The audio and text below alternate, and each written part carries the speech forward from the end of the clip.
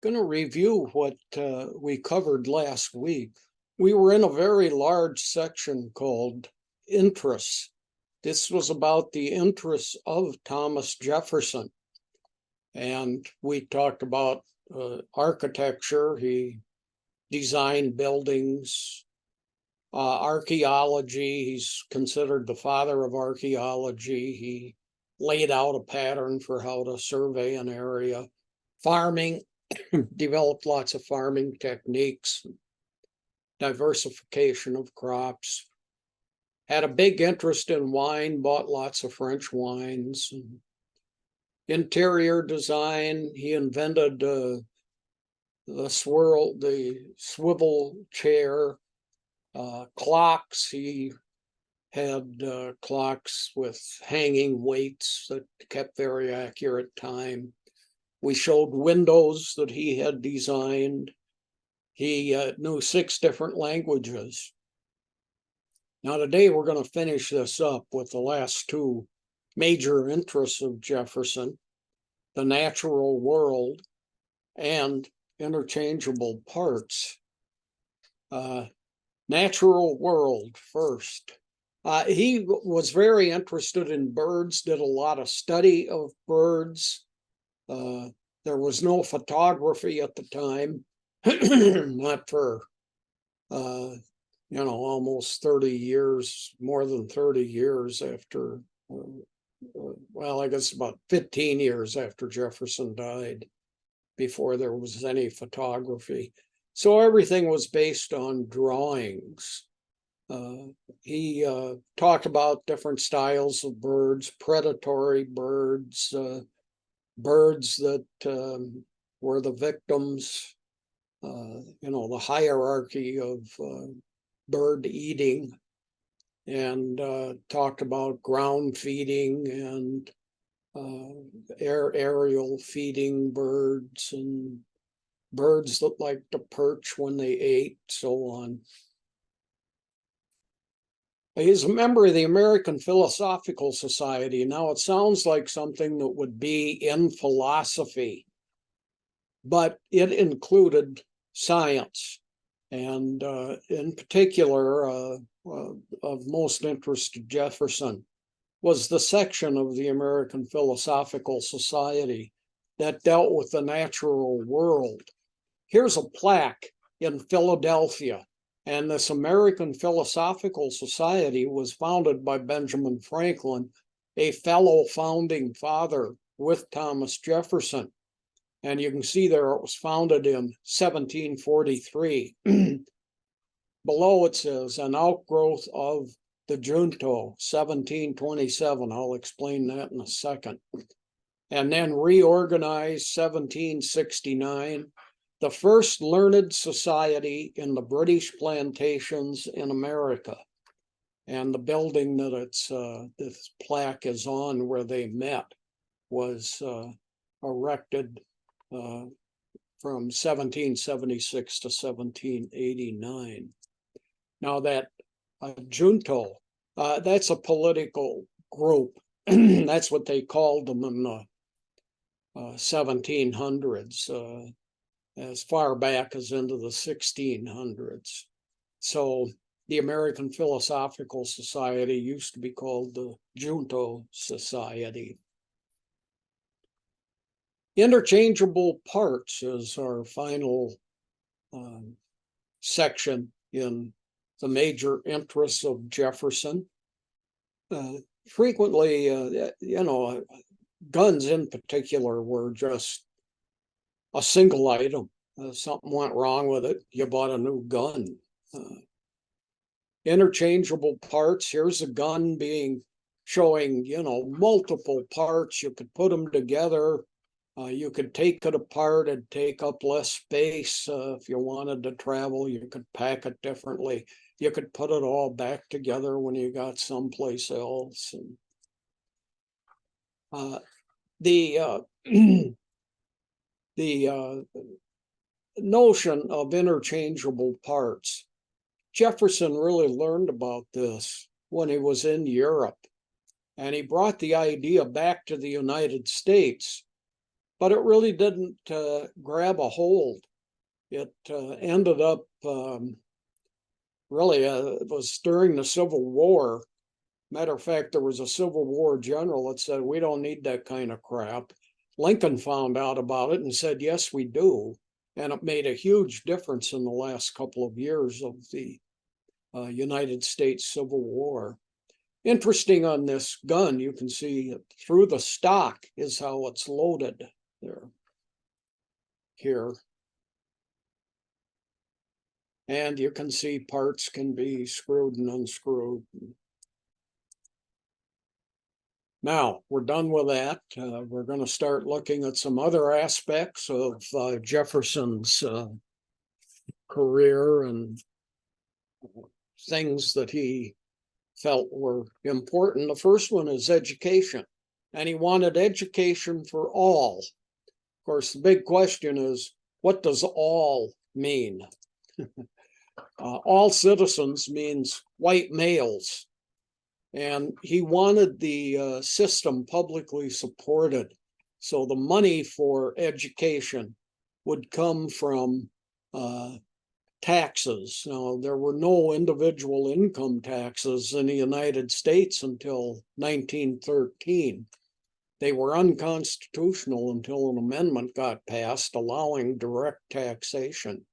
So most of the money that the United States ran on for its first 125 years roughly was from tariffs. That was duties that were collected on things being brought into the country by another country to be sold. Anyway, Jefferson dealt with the legislation of education, making certain that it would be federally funded. Excuse me, allergies. In the Northwest Territory, which did not include the Northwest United States as it exists today, Northwest Territory was around the Great Lakes at the time of Jefferson. And Jefferson said, we need to have some kind of fair measuring system up there in that Northwest Territory, so people can take certain plots of land, and we should make this measuring system, we should make it square with the North and South poles and East and West latitudes. And so he developed this squared off system that you see here. And it is, you can see in the lower right, there's number 1, and it goes up to 6. Last row is 31 up to 36. This is a square mile. So each square mile had 36 sections within it. And here they are. Jefferson, as we talked earlier, or just a minute or two ago, wanted public education, and he wanted it to be free. So he declared that in each of these township areas made up of a square mile with 36 sections, that one of the center sections, number 16, would have to be devoted entirely to education. The reason he picked a central section is because it was very close to being equidistant for people in order to get to it. If you lived in number 6 and education was in 31, you'd have a long hike to get to school. So he wanted it centrally located. Now you can see over here in the map graphic, you can see this is Northwest Territory. It includes present-day states of Ohio, Indiana, Illinois, Michigan, Wisconsin, and you can see a healthy chunk of Minnesota, basically everything that's east of the Mississippi River, but then all the way up to the 49th parallel for the northern part of the state of Minnesota. The Louisiana Purchase that took place during Jefferson's presidency. He said, what we've done in the Northwest Territory with these sectionings, we're going to do that in Louisiana Territory also. So again, each township is a square mile. Now, to get more specific about it, a square mile is 640 acres. So each of the 36 parcels within a square mile is 17.8 acres. So, for instance, that entire section that was devoted to education was nearly 18 acres in size, pretty healthy chunk. Jefferson didn't know they'd need all that land later for football fields. So each township, 1 square mile, each square mile, 640 acres, 36 parcels, 17.8 acres each, with number 16 being for education. Jefferson also founded the University of Virginia. So we're now talking about higher education, not simply the education of young children, learning to read and write, and a few other basic things. Frequently used by Jefferson in his architectural interests were round buildings, such as you see here, and they would have a dome at the top, pillared on the outside, with a stairway leading up to the entry. They hadn't thought about handicap accessibility yet. And this is one of the buildings designed by Jefferson that is on the University of Virginia campus. Agrarianism. This is about farming. And here you can see people working in the field, harvesting a crop. Agrarianism, okay, equals agriculture. Yeoman was a word commonly used for people who were farmers. Now, Jefferson owned a plantation. He made decisions about it, but he never actually worked in the field, or if he did, it was very minimal. He had slaves that did that sort of work. With yeomen or farmers, they would take care of their own chunk of land, and usually they would grow enough food to feed themselves, maybe help a neighbor that needed some extra stuff, but it was known as subsistence farming. You took care of yourself, and that was about it. Today, farmers grow enough food for thousands of people just on their own property. So, and Jefferson felt that agriculture and yeomen, these are people that should own their own property. It shouldn't be huge chunks of property that are rented out, such as much of Europe had developed to. And part of the United States voting rights was you couldn't vote unless you owned property. So the ownership of property was considered very important. And of course, this right to vote based on owning property, the hope of many was that this would lead to more people owning property. Agrarianism died after the Civil War, and the reason was the rise of industrialization. Other countries had gone through the process of industrialization. England nearly 100 years earlier than the United States. But this period after the Civil War in the United States is when we saw industries grow. The wealthiest people in today's dollars are still people such as Andrew Carnegie, who grew out of this period after the Civil War, the latter third of the 19th century. And of course, no taxes yet, no individual taxes. So all the money these people made became theirs. Now, that's kind of a ridiculous statement because lots of companies and lots of very wealthy individuals pay very little in tax, if any, thanks to deductions that they have been granted. In 1860, beginning of the or an election year when Lincoln was elected, 95% of all people in the United States lived on farms. Just 40 years later, in 1900, 70% lived in rural areas. They'd started measuring you by rural areas. So in 1860, this is 95% lived on farms.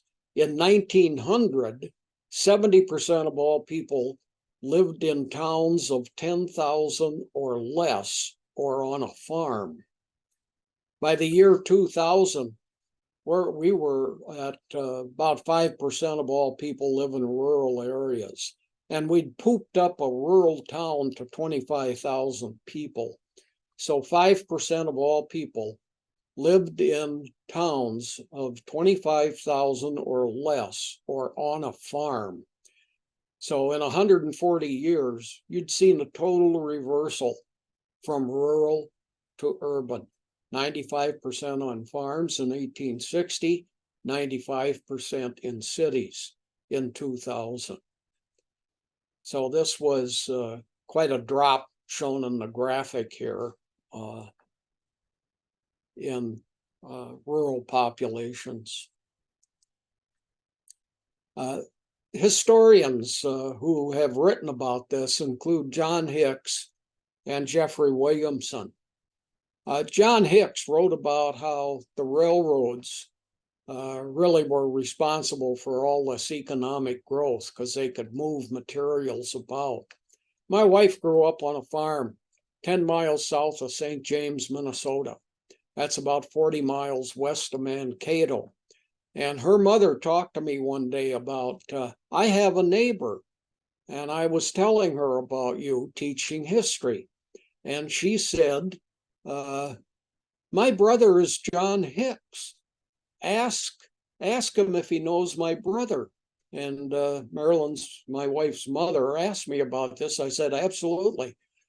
He had one of the major interpretations in history about industrialization, and that's that railroads were responsible for it because you could get goods to market. Well, then in the 1970s, along came Jeffrey Williamson, an economist. Along came the computer, and he started studying this period, 1865 to 1900. And Williamson said, I want to take all the economic information that we have from that period, the latter third of the 1800s, and I'm going to put them all in a computer. So he went, how many people were there? What was the distance between major urban areas? How much money were people making? Everything he could gather together. And then he punched the computer, and that was off by about 2% for the figures we have for growth. So we made some adjustments, got it fully accurate. And then he said, okay, let's see what happens if we take the railroad out of this equation on the computer. So he took the railroad out and no change. Economic growth still occurred. It took longer for crops to get to their destination, but they got there. In essence, he proved Hicks wrong. Railroads were not the major thing that was advancing the tremendous economic growth of the last third of the 1800s. Religion. Let's take a look at Jefferson and where he sat in religious terms. First, let's take a look at major world religions. Top row, left to right, symbol for Christianism. Middle row, symbol for Judaism. Middle Star of David. We're still in the top row. On the right, Hinduism symbol. Now, middle row, on the left, Islam, Buddhism with that wheel. Hey, everything repeats itself. It's cyclical. You know, here in the West, in Western civilization, we tend to think linearly. Things move along and progress occurs. And whereas in a lot of Asian countries, especially where there's Buddhism, it's considered cyclical. It just happens over and over again. A lot of the same stuff. That's where the notion of reincarnation comes from. And then in the middle row on the right is the symbol for Shintoism. It's a Japanese religion, and it is a religion that worships ancestors. Many people in Japan have multiple volumes of bound papers that were left behind. They can go back 14 generations and they can read these items from their ancestors. Bottom row on the left, Sikhism, which is a religion in India, northern part of India. Baha'i world faith, it's called, is the central image in the bottom row. And Jainism. Those are the 9 major world religions. 2 of them do not have a god. Buddhism. Everybody goes, when I say this, they go, well, how about Buddha? Well, he was the first human to reach enlightenment. He's not considered a god. Shintoism is ancestor worship, and there's no god in Shintoism. And Baha'i world faith, there's a variety of beliefs. Now, they don't mention in this basic grouping of world religions, they don't mention Confucianism. A lot of people say it's a philosophical movement. But some people do say Confucianism is a religion. It is still practiced in China. And that's a painting of Confucius. He lived about 500 years BC. And the symbols for Confucianism are in the upper right there. They also left out secular humanism, but again, lots of people would say that's a philosophy. It's not a religion. A lot of people contend that Unitarian churches today many of them are secular humanist institutions. They're not God believers, and although Unitarians vary tremendously. Jefferson was asked about his church attendance, and he replied, "I'm a sect of one." Now, he did not attend church, and that's why he was being asked that question. And the hope probably of the question asker was to expose him to the rest of the people in the United States in the late 1700s and expose him as a non-church attender. But instead of saying, "I don't go to church," he said, "I'm a sect of one." It's better than being an insect of one.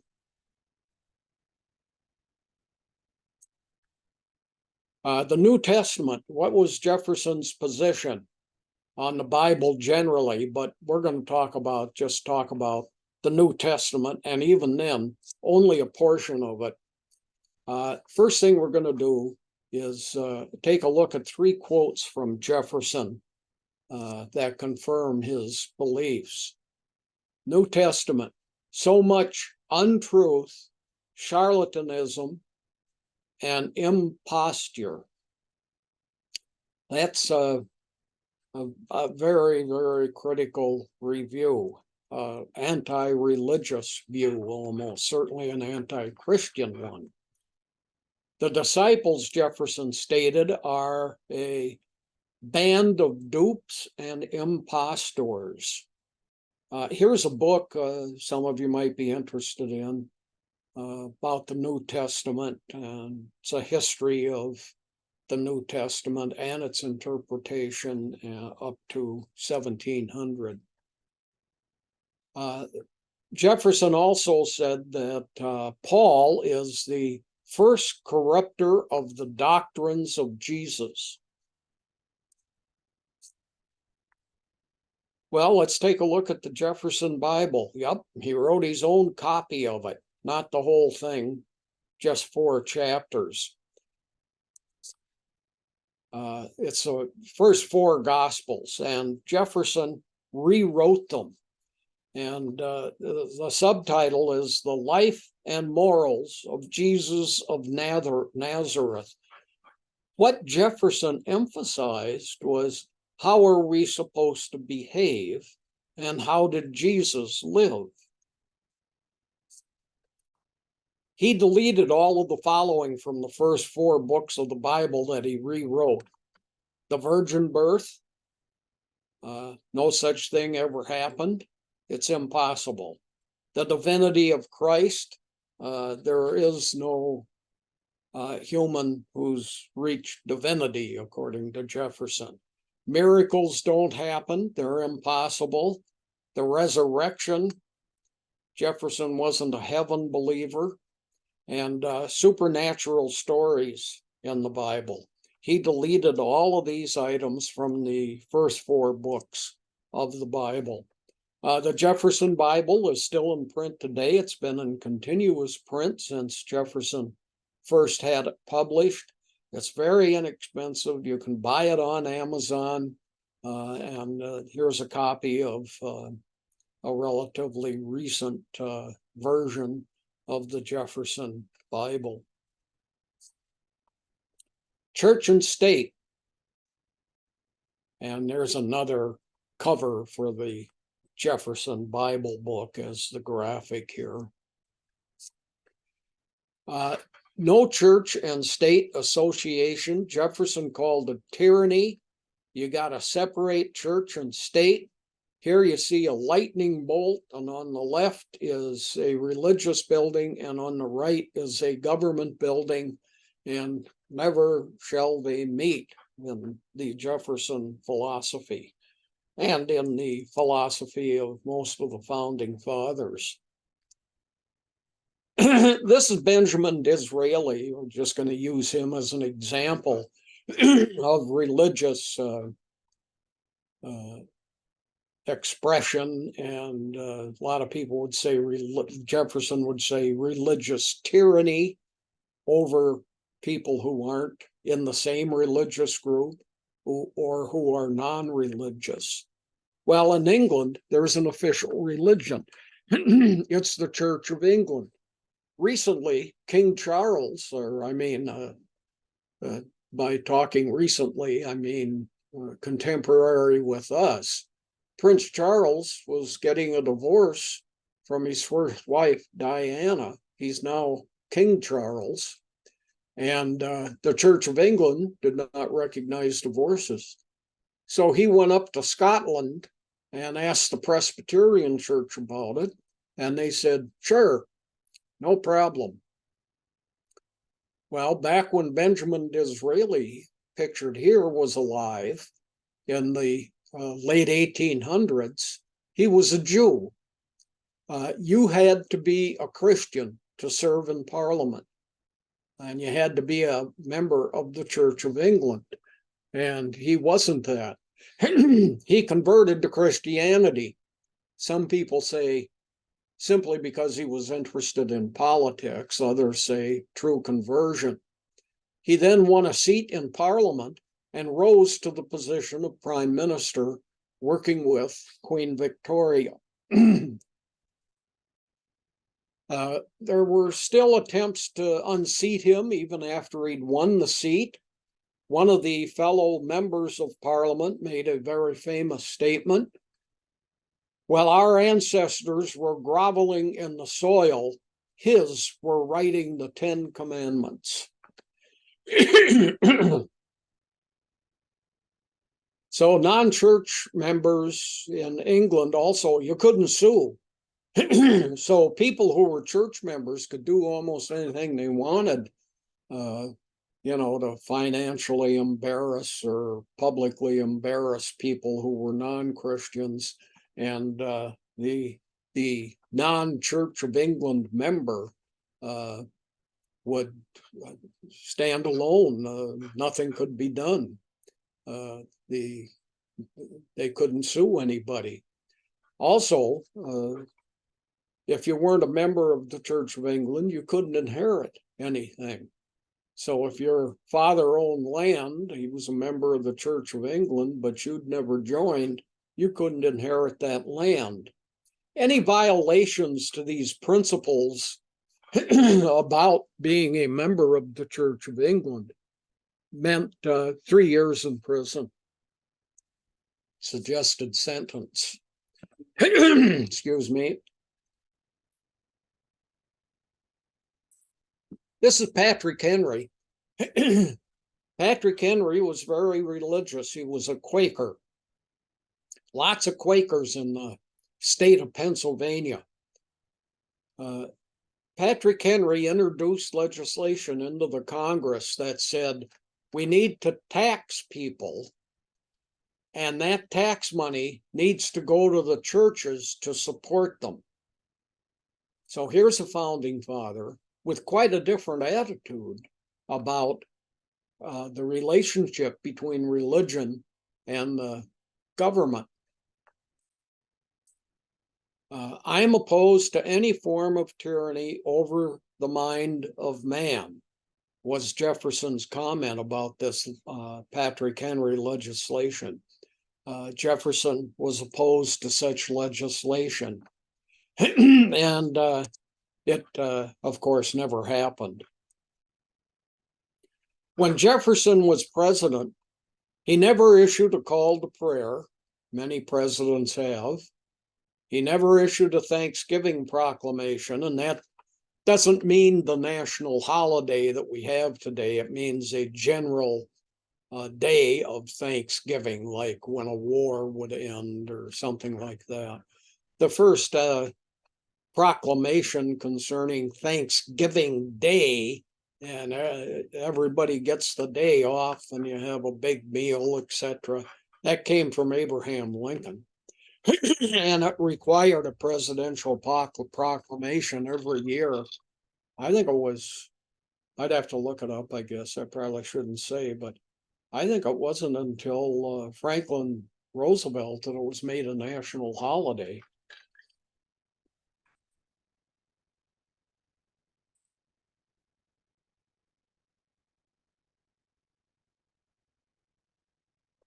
Jefferson stated about religion, a wall of separation must exist between church and state. This is a phrase from Jefferson that's been used on the subject of church and state in many Supreme Court decisions. Jefferson stated here that the role of government is you protect the citizens of your country from any harm that might come to them. Sounds military, but what Jefferson was talking about was religion, and he thought religion was bringing the greatest harm to people. Take a look at 3 statements from Jefferson. The legitimate powers of government extend to such acts only as are injurious to others, but it does me no injury for my neighbor to say there are 20 gods or no God. It neither picks my pocket nor breaks my leg. So he's saying, where's the real crime? Being non-religious isn't a crime. Being a member of a religious group that isn't the same one as yours is not a crime, nor should it be. So freedom of religion statement. He also said, history, I believe, furnishes no example of a priest-ridden people maintaining a free civil government. You want a democracy? Keep the church out of it. They are hierarchical. They are a bottom-down situation. So don't expect, and there never really has been no evidence that religious-based governments have been free governments. Third thing Jefferson has stated, in every country and in every age, the priest has been hostile to liberty. He is always in alliance with the despot, abetting his abuses in return for protection to his own. In other words, Jefferson's saying there's been a contract between religion and government, and they support each other. Kings, how can kings get stronger than they are? Well, by the church saying you have a divine right to rule, the divine right of kings, which was a attitude for several hundred years. You have the right to rule. God has appointed you, and the church says so. And then, in turn, the official church in the country is protected by the government itself, where the army is located. Further restrictions that Jefferson wanted. No clergyman can serve in a public office. So he not only wanted no official religion, no religion aligned with the government, he also wanted the leaders in religious groups to be banned from running for a political office. And he also, during his presidency, he banned all religious practices in government buildings. These two restrictions brought on some trouble. There was lots of criticism of Jefferson as a result of these public pronouncements about no religious practices in government buildings, no clergy in office. And that kind of shut him up then. He decided that he wasn't going to say anything more during his presidency because it caused some trouble. As a matter of fact, he did some backtracking. Take a look, 1786. The War for Independence ends in 1781, actually. It's 1783 before a treaty gets signed. But in 1786, he introduced in the state of Virginia and got passed the Virginia Statute of Religious Freedom. And this banned the state from telling any religious group that they were the official religion within the state of Virginia. Constitution isn't written yet. This is 1786. Constitution isn't written till 1787, a year later. 1789, U.S. Constitution gets approved. Even though it was written, it needed some time to get approved by 9 of the 13 colonies. That occurred in 1789. And the United States Constitution stated the same thing as the Virginia Statute of Religious Freedom. No state-supported religion. And by state, they mean within each state, and they mean the federal government. What was Jefferson? A lot of people who analyze Jefferson say he was a deist. This was a common belief among the founding fathers. There is a God, but there is no Son of God. They do not, they might have been a guy named Christ, named Jesus Christ, but he's not divine and he's not the Son of God. So these were people who believed in a God, but not in the divinity of Christ. Many of the founding fathers were deists. God is transcendent, means he's above it all, and he's immanent, means he's involved in the lives of people. This is in the Judeo-Christian tradition. Middle section, God is transcendent, but he's not immanent, doesn't take part in the daily lives of people. He created it. He's within all of it, but he doesn't take part. And that's deism. And then God is neither transcendent on the right nor immanent. And this is secularism. And it's a growing body of thought, especially in North America. Christian churches are on the rise like crazy in Africa. But yeah, in the United States, church attendance is very low. And although belief in a God is still a majority. The election of 1800, Jefferson's running for president, and he's accused of being an atheist. And to counter this accusation that's made against Jefferson, he started talking nice about religion.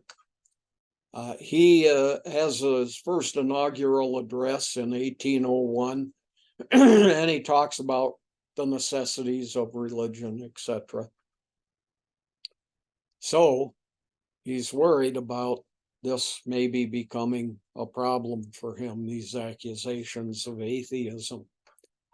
Finding a graphic on being a nice guy, I typed in nice, and all I got was pictures of Nice, France.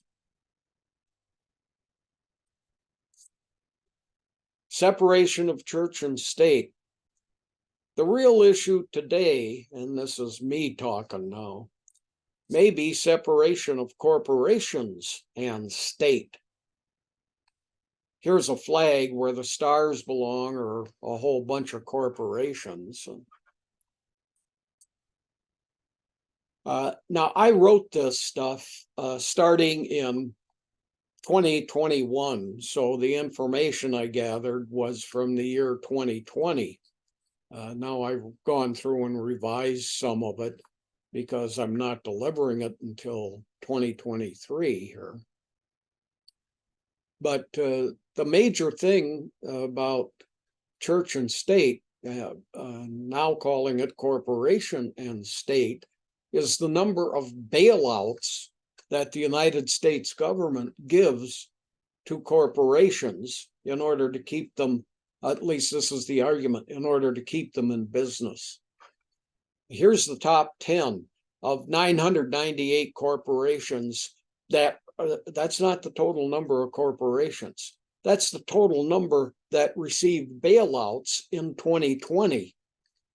There's number one, AIG, an insurance company, $68 billion. Then Citicorp, Bank of America, JP Morgan.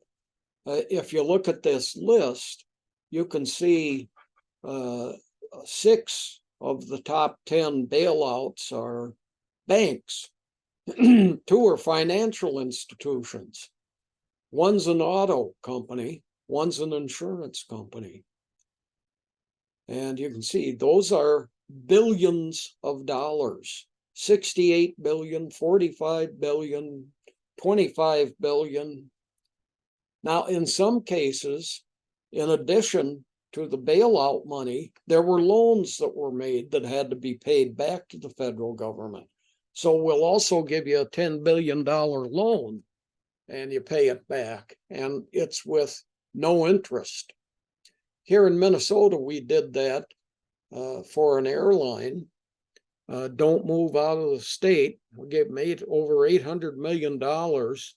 They were going to build a huge repair facility up by Duluth.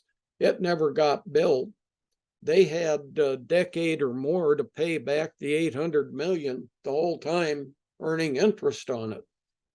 So here are the top 10 bailouts of the 998 corporations that received bailouts. Total for the top 10, $263 billion, written out there with the zeros. Total for all companies, all 998 companies who received bailouts, $2.2 trillion in the year 2020. Total federal budget was $7.4 trillion. This is 29.7% of the federal budget was bailouts to 998 corporations. I went just to make it a little more modern by a couple of years. Here's the 2022 list. It's not 998 companies in 2022, it's 966 companies. AIG, you can see, is still at the top with $67.8 billion. And you can see the top dozen or so on that left-hand chart. Over on the right-hand chart are the bottom 15. Look at the very bottom one, Guarantee Bank in Minnesota, $1,916. Geez, no wonder, did they really need it? Anyway, it continues and depends on how you count it and whether you're counting the loans or not, etc. But at any rate, in my opinion, church and state is not the issue anymore. It's corporation and state. Religion. What are the effects on politics? Let's take a look. Jefferson was charged with being an infidel. That was a non-believer. It was a term commonly used in Jefferson's day for people who were non-believers or non-church attenders. And Jefferson was also charged with being a supporter of the French, and they were revolting against their king and against the nobility. They were killing these people off. They were arresting church members and church clergy in particular, and they wanted no religion controlling their state or their country of France. And Jefferson loved France. He said, hey, they're having a revolution like we are. They're headed toward a democracy. Leave them alone. And they should be the ones we're friendly with, not England. We had a war with England. But a lot of the opinion at the time was England's doing most of the trade worldwide. We stand to gain the most in economic sense from England. What's France going to give us? Very little by comparison. So Jefferson, you're a non-believer, and you're a supporter of the French. In response, Jefferson said, okay, I'm going to start going to church, and or I'm going to start allowing it in the House of Representatives. So the House of Representatives was used by church groups in order to do their Sunday worship services when the House was not in session anyway. And church services generally were allowed in government buildings when Jefferson became president. Jefferson's hope here by eliminating this ban he'd placed on any religious practices in government buildings was the hope of quelling these arguments against him, and of course, maybe getting more votes in 1804. Jefferson spoke about religion, said it's a necessary prop for a republic. meaning a democracy, for instance, republic. So, okay, go to church, what we need. He was practicing prop culture. Certain religious groups were having a large effect on the central government of the United States. The wall that had been talked about by the founding fathers really didn't exist. There came to be a closer relationship. Once we got out of these early presidencies, first 6 guys in particular, we started turning to a nation where only people professing to be Christians could be elected. There have been Jews that have run for the nomination for the presidency, but have never gained it. Once the presidency is over for Jefferson, now he can be a real person again. You know, he can start talking about the things that he used to say. So let's take a look at religion from Jefferson as an ex-president. Once he was out of office, started using the word tyranny when he refused, or when he spoke about religious groups and religion generally, and made more remarks about what his true beliefs were. He wrote about his experiences in France. He was the ambassador there from 1785 to 89, loved the French wines, etc. But he talked about the priests, the official Catholic religion in France, and how the tremendous amount of power the church had, and that the priests themselves as individuals had. Jefferson's daughter was with him in France. She was still of the age when women of substance coming out of families such as Jefferson's attended school. And in France, there were convent schools. So he took her to the convent school nearby and said, okay, you can educate her, but he told the nuns, no religion. Well, the nuns didn't listen to that, and Jefferson's daughter went on to become a Catholic. Jefferson wondered about Unitarianism. This is Joseph Priestley. He was kind of the first father of Unitarianism. He was a clergyman, but he was also a scientist in England. And Jefferson said, I want to communicate with Priestley about this new rising religion called Unitarianism.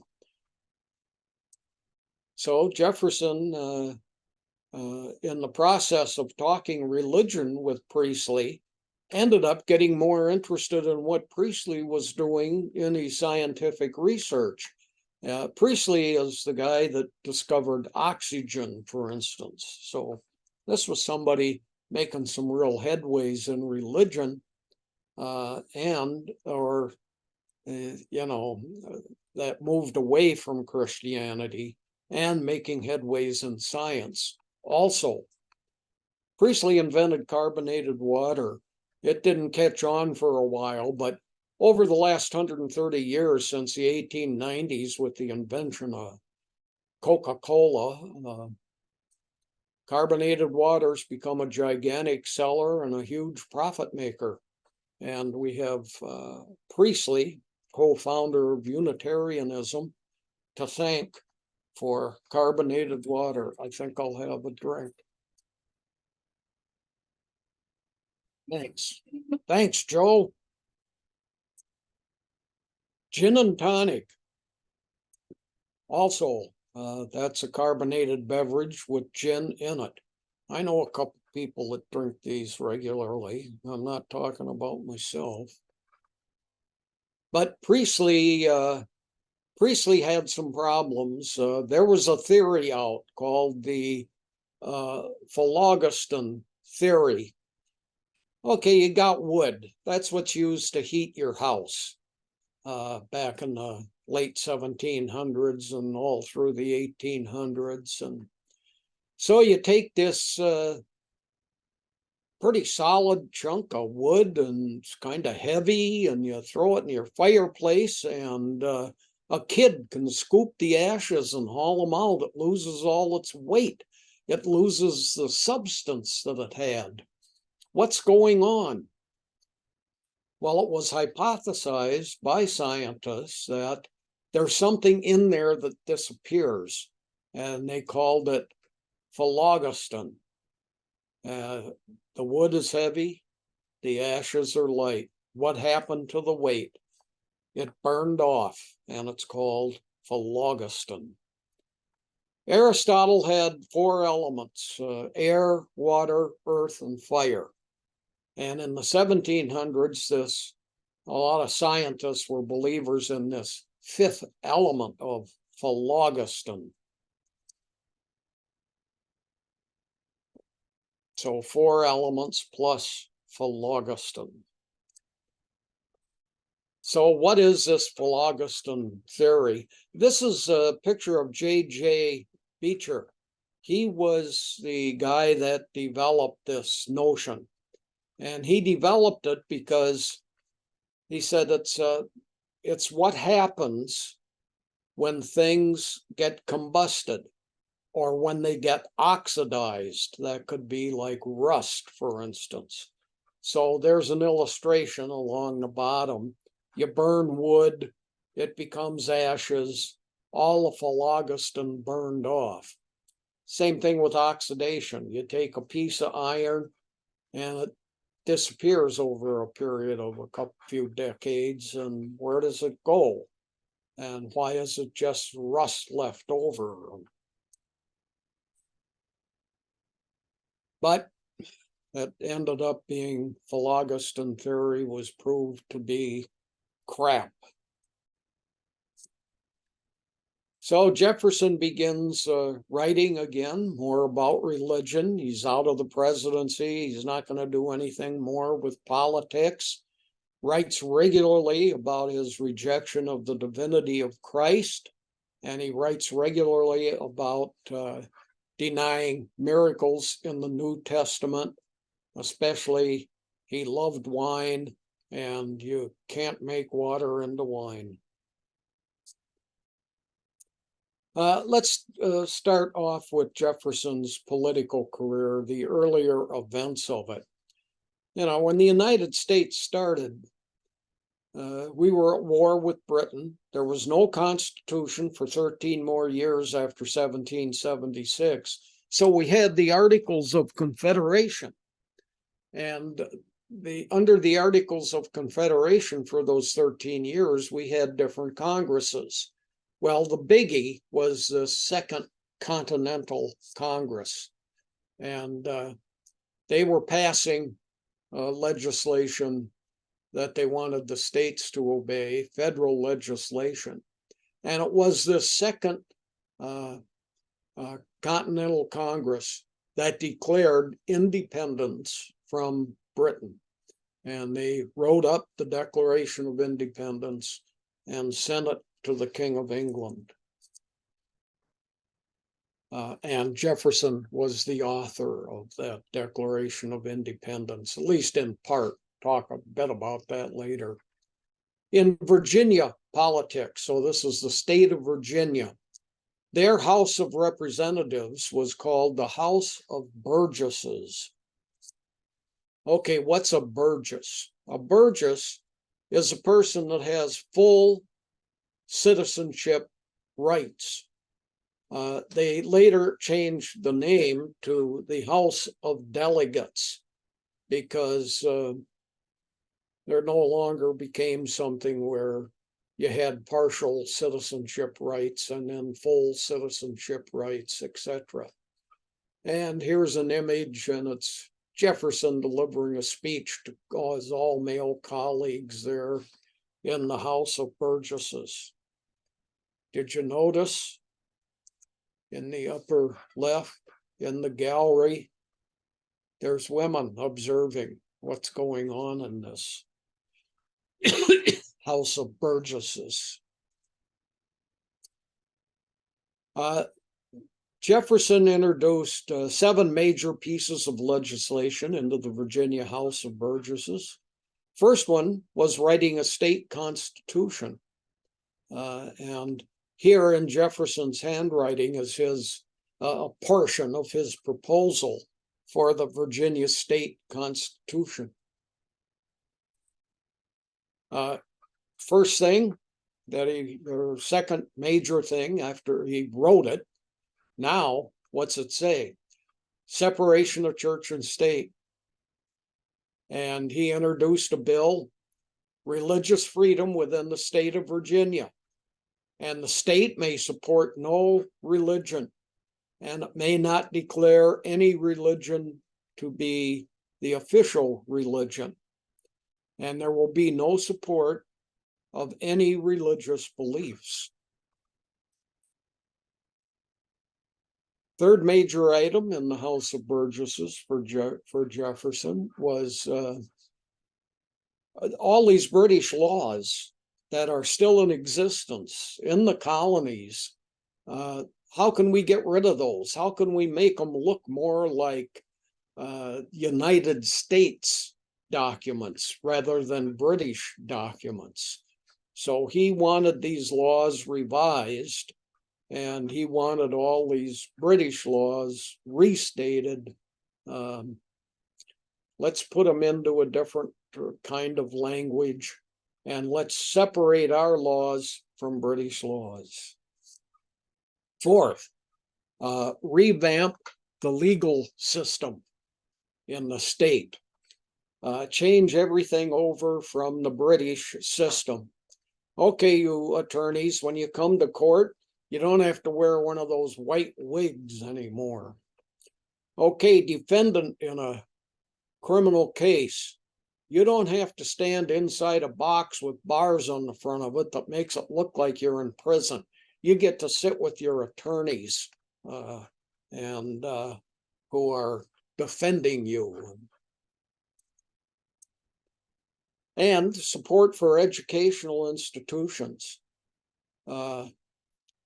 He wanted the state of Virginia, you pay for education. Look in this row of students that are seated there. You can see there's a young woman on the left of those. There's 2 guys and then a young woman, female child there. So female child in the class. It's also a kid that's a dunce in the back for saying something stupid. Also, since Jefferson started this, class sizes have increased dramatically.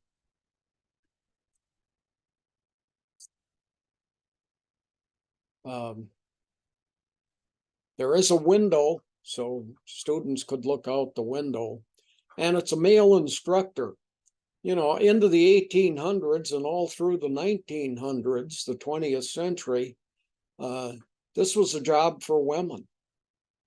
When I started in 1961 at the University of Minnesota, when you were looking for a job as a result of your education for women, it was a nurse or a school teacher.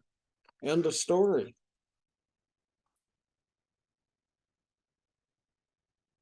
Eliminate elite class system. These elite classes had lots of rules. They had laws that applied just to them. The joke here is, oh, think you have second child problems? You must all know about primogeniture. Well, let's talk about that. That means the oldest son gets everything. So you're the second child, male child, or you're a female child, you end up with nothing. If children inherited everything equally, pretty soon you got 6 children, your 600 acres become 100 acres apiece. They each have 6 children. It becomes some fraction of 100. Pretty soon you go 3 or 4 generations and you don't have enough land to stand on even. So stop this,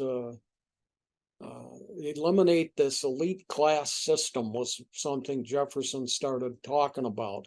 Stop this primogeniture. Don't let somebody own 10,000 acres and then rent it out to people who live in abject poverty. This was a major role in immigration into the United States, or a major reason for that immigration.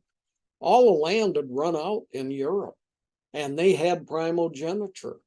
Then you got all these people being born who have nothing, and they hear about all this open land in North America, and immigration started and became absolutely gigantic. My maternal relatives came on the Mayflower, so that was early arrivals. However, my paternal grandparents came here in 1903 from Denmark. From 1880 to 1910, Denmark lost 1 million residents to immigration into North America, United States in particular. The total population of Denmark in 1880 was 4 million. In 1910, it's 3 million. This is a gigantic loss of population. It's such a huge event in Danish history that in the city of Aalborg, Denmark, is the Danish Immigration Museum. And they talk about what this did and what it did to elitism and to the primogeniture. And this is why Jefferson wanted to eliminate it in part. He said, we need people who own property. We need people who are farmers. The rural life should be the only life. Inherited land could not be sold.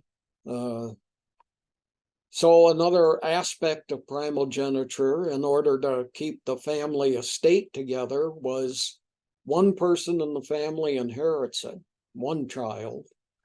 Second thing was you can't sell it. You can only pass it on to your eldest son. It's got to stay in the family. Jefferson said, we want to stop these laws that require this. We need small farms. We need people on farms. It's the lifestyle that we need for a democracy. So primogeniture is outlawed. The sale of inherited family land is approved. This will spread wealth to a wider group of people, according to Jefferson. Fact is, it had just the opposite effect. The wealthy people were able to buy up even more land as a result. They were able to buy up even more slaves. While there was a tremendous amount of individual ownership of land, there was also a tremendous increase in wealth and land holdings among the upper classes, or what in Europe would be called the nobility. He became governor of Virginia.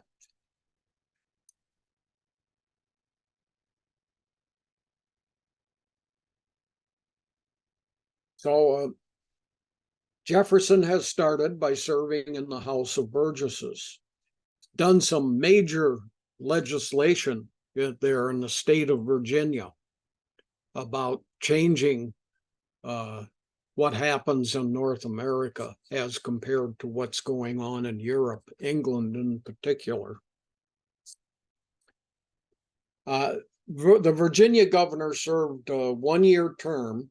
Jefferson was elected to 2 of these terms in 1779 and again in 1780.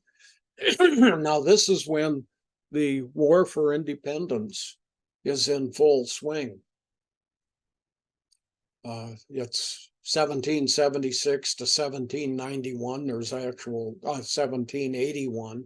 There's actual battles taking place. Then the Treaty of Paris is signed in 1783. So Jefferson here is, the mid and upper 2 years before the American Revolution ends, or as I call it, the War for Independence. Some issues he supported in the House of Burgesses are the same as he supports as governor. Now, it's when he's governor that the British have reached far enough inland that they're at a point where they're going to want to take over the capital of Virginia, Richmond, and they're heading westward across Virginia. Many of the troops are led by Benedict Arnold, who was a person who had lived in the colonies and then in the United States, but he continued his loyalty to Britain. He was known as a loyalist. He was a traitor to the people who were the revolutionaries in the United States.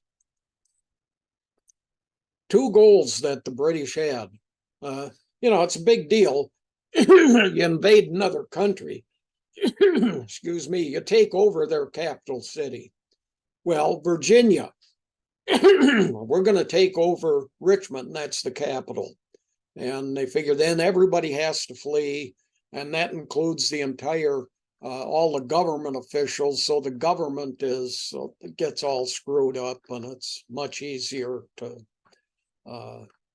win the war. And of course, one of their goals was to capture, kidnap the governor of Virginia, and that was Thomas Jefferson. Now you go, what the heck is that graphic about? Look at that. That's not the state of Virginia. Well, this is what the state of Virginia looked like when Jefferson was governor there in the 1770s. A little bit more on that in a minute or two. Jefferson, we think of him, okay, Monticello was his plantation and that's what he owned. Well, it really wasn't. He owned land all over Virginia, some as far west as the western border of Virginia. Jefferson figured as the British are coming into the state of Virginia, they're going to want to get their hands on me. So he fled as far west as he could. And you can see there's an arrow pointing downward to the city of Richmond, and then an arrow pointing to the left. That's roughly Jefferson's escape route into the far west. Here's Virginia at the top in 1780. At the bottom is Virginia in 1763. This is the middle of the Civil War. Virginia is a slave state, but the entire western, northern and western portions of Virginia were opposed to slavery. So in 1863, they seceded from Virginia and became the state of West Virginia, became a northern state, a non-slave area, and Virginia ended up being the size and shape that we know it as today, and has been that for the last 160 years. But the upper image there on the upper left is what Virginia looked like as a state in the United States until 1863. What was Jefferson up to? Well, many were concerned. An investigation resulted. Why was he escaping so far westward? Why was he owning land in other places? So the legislature found him without any fault. He wasn't up to any shenanigans during the Revolutionary War when he was governor of the state. But these concerns about what was he really trying to do as governor led to his defeat when he sought a third term in 1781. I see there's 4 questions, but Yeah, we're coming up to a quarter to well, right now. why Well, we only have the 4 questions, so I'm at a break point here, so maybe I'll stop sharing and let's answer the 4 questions. Some others may come in. If not, we can quit a little bit early. okay. So I'll do the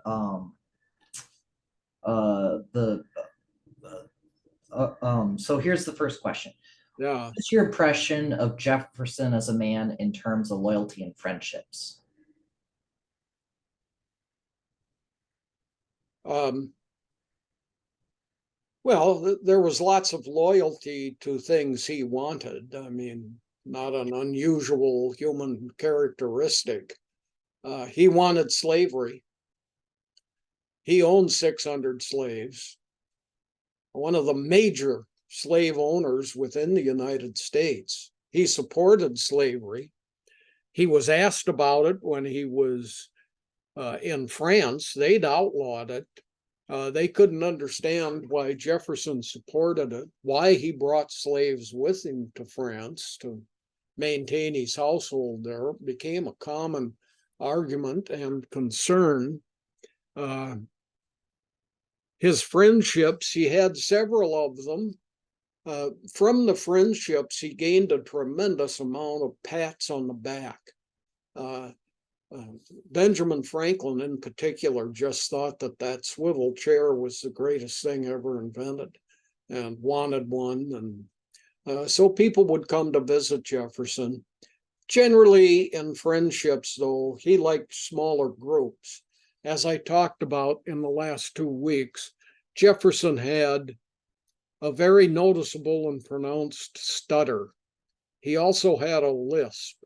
It's why he didn't deliver any vocal, verbal messages to Congress every year, known as the State of the Union. He stopped doing that. Adams and Washington had delivered them verbally. And he set a standard for that that didn't end until 1913 when Woodrow Wilson began it again verbally. So I think he was ferociously loyal to the United States because he liked what we were doing, especially separation of church and religion.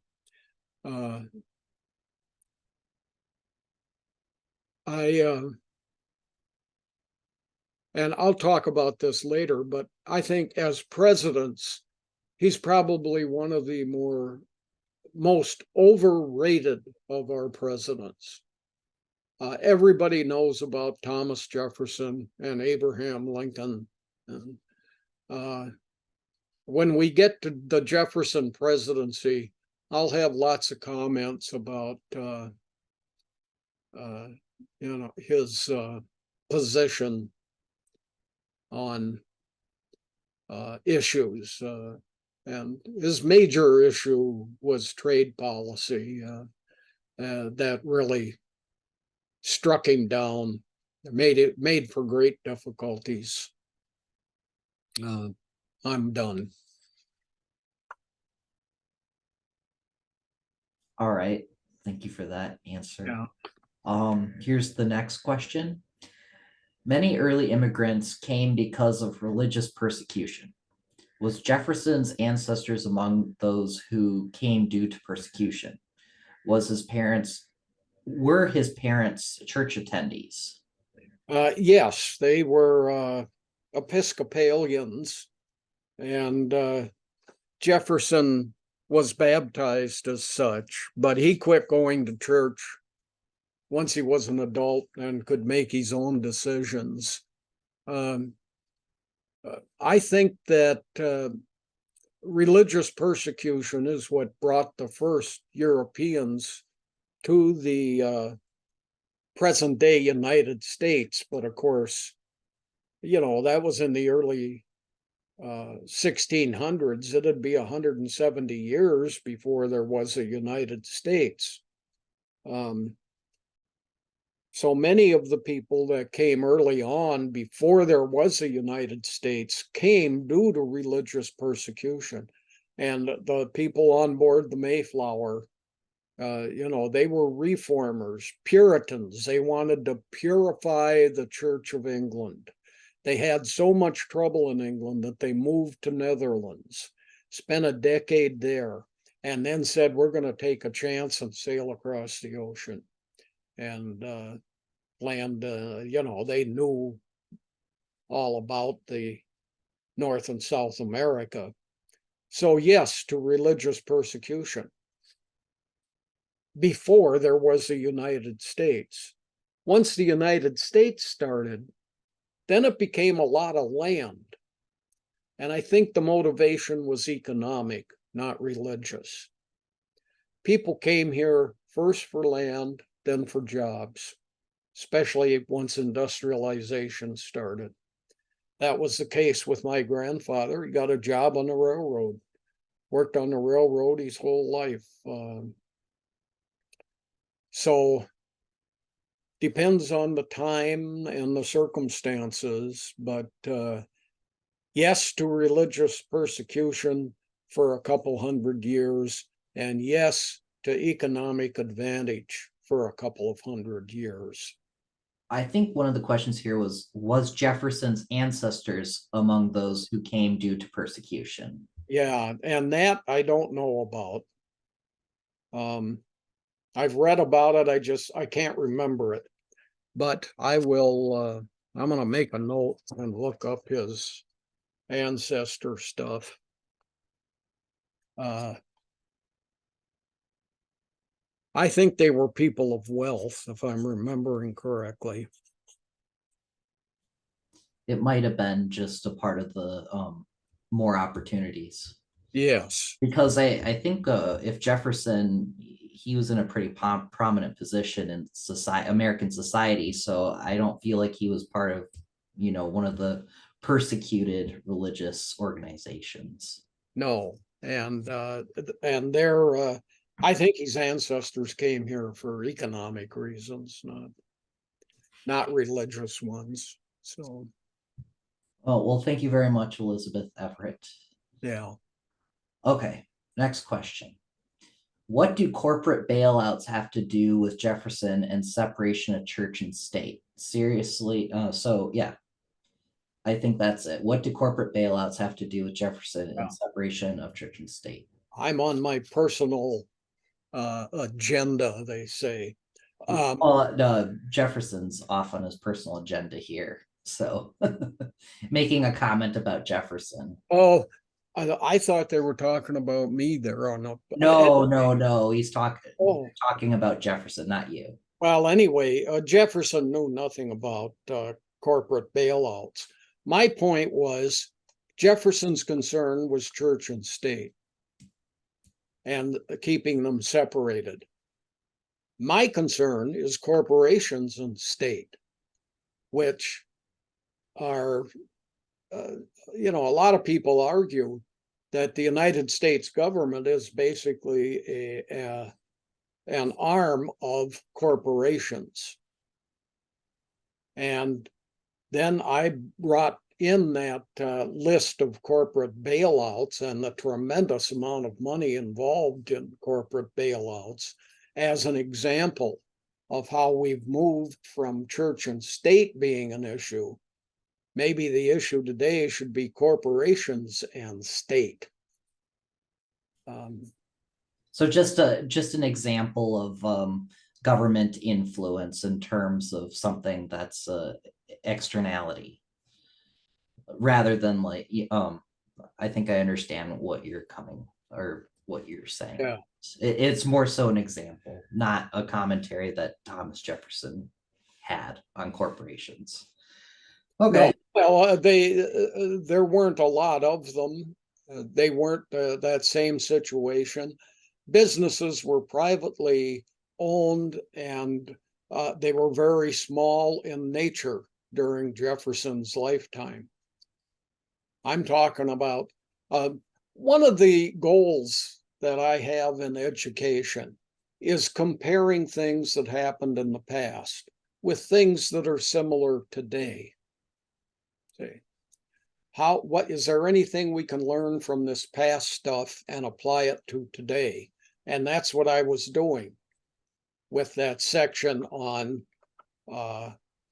church versus state being combined together, and Jefferson being opposed to that. And today, what I'm saying is it's really corporation and state being linked together. Jefferson's concern was church and state. This is a way to compare our past history with our present circumstances. So the next question, what happened if there's no son? I think this might be a question in terms of inheritance. Right. Yeah. You give it to your daughter's husband. I see. Uh, So it wouldn't go yeah, to like the next brother or something, or yeah. The man was in charge of the woman's wealth once they married. And the dowry was something that a father would give to his daughter in order to make her more acceptable to a husband. And the dowry was some condition of wealth, at least among the upper class. So here's my daughter. She has 30 slaves, and she has all these clothings that have been purchased for her. And she has, and there might be a sum of money involved, and that was called a dowry. But once she married, that became the property of the husband. Now, if there were sons in the family, once that daughter died, then her possessions went to her brothers. They went back. They didn't stay with the husband. Yeah, this happened to, once George Washington died, Martha Washington's brothers said, we want that stuff back. Yeah. interesting. Yeah. So we have, So it's a male-based society, economically speaking. I got married in 1967. In the early 1970s, my wife had a job. She'd gotten college degrees, and we went to a bank. We wanted to start her own account. The women's movement was giving off lots of sparks. So we sat there and said, we want her to have a credit card with her name on it. And the guy at the bank is looking at me and asking me the questions the whole time. And I'm going, no, we want her to have this credit card. And we've only recently gotten this stuff changed. yeah, to some extent anyway. Yeah. Well, we've just reached 2 o'clock right now. Okay. And I'd like to thank everyone who came and had questions for JB. And you're gonna be here Wednesday, 12:30 next week? Yes. All right. I have a mailing list. I'll send out, an outline of the lecture. And if you want to be on that mailing list, feel free to write to me at JB, small case, 1717 Very good. at Comcast.net. Oh. Thanks. Yeah. Thank you for coming. Everyone have a good day.